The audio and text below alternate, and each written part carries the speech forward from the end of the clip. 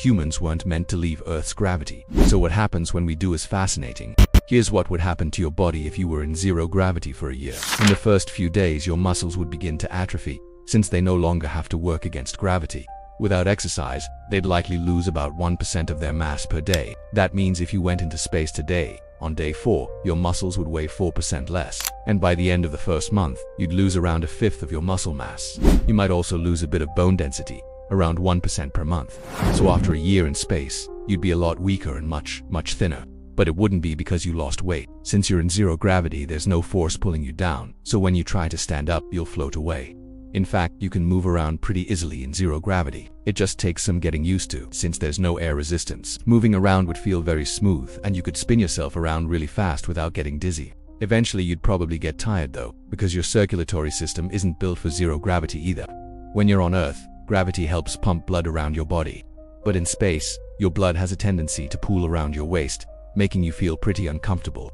To make matters worse, since there's no gravity, you can't just take a step to get rid of that blood. So you need to do some serious cardio, or maybe even just lay on your back for a while to get things moving again. If you didn't do anything though, your heart might just stop working altogether after a few months. That's because your heart relies on gravity to help it pump blood around your body. So without gravity, your heart might literally break from all the strain. So far, no human has spent more than a year in space, but we have a good idea of what would happen next based on the effects experienced by the longest single space traveler Valery Polyakov, who spent 437 days aboard the Russian space station, Mir, between 1994 and 1995. After spending almost a year in space, he returned to Earth and immediately noticed how heavy everything felt.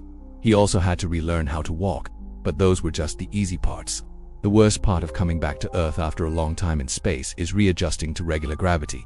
It's called re-entry, and it can be deadly if your body isn't prepared. When you go into orbit, your bones and muscles may start to break down due to lack of use, but they don't actually decrease in mass.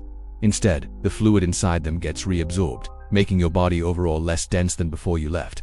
When you return to Earth, gravity pulls you back down, but your bones and muscles are still as dense as before. So instead of distributing the force evenly throughout your body, it can cause some serious pain, especially in your lower back. Just imagine the feeling when you do a forward fold and you let your head drop down onto your knees. Now imagine that, but all throughout your spine. Aside from all that body horror, your eyes would also pop out of your sockets if you stayed in space for a year. Well, not literally, but they might feel that way. While you're in space, your eyeballs actually recede into your sockets, since there's no gravity to pull them down. Then once you come back to Earth, the extra gravity makes your eyes stick out again. That's why when you spend a long time in space, you can't sleep when you come back, because your brain is still adjusting to the change in gravity. Astronauts often experience something called space adaptation syndrome, which includes symptoms like nausea, disorientation, and loss of balance. Some astronauts also experience something called cosmic disconnection syndrome, which makes it hard to reconnect with family and friends after a long mission. That's because astronauts spend so much time training and preparing for their mission that they end up cutting off most of their relationships on Earth. Then once they return home, they have to deal with the emotional toll of reconnecting with loved ones. But these side effects aren't enough to keep people from exploring space. There's just so much out there to discover.